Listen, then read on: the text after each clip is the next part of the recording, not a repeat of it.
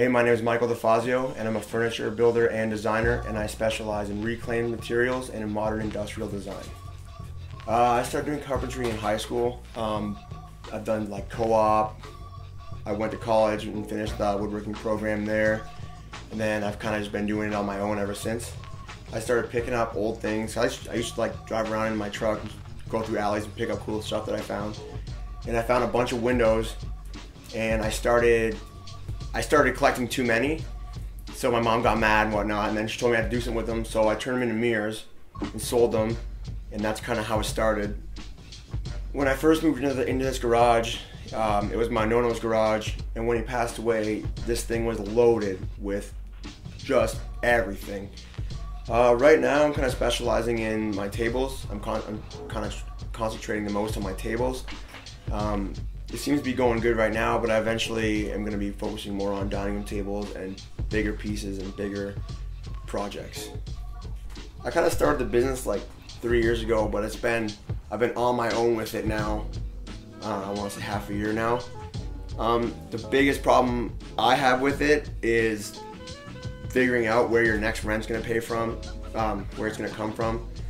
It's a little bit nerve-wracking at times, but honestly, it's just more motivation just to keep going. Some of the big projects I've worked on is the one I did all the tables for the Manchester. That was fun. It was like 17 tabletops in there that I did from reclaimed barnwood. It was a mixed species tabletop, so there's some pine, some elm, some oak, and some sycamore. Dark stain. It's got they're nice and sleek, yet industrial. It's kind of where the modern industrial comes in. It's like nice and slim, but it's big and bulky at the same time. Honestly, like I love taking old things that no longer serve a purpose and giving them new purpose again.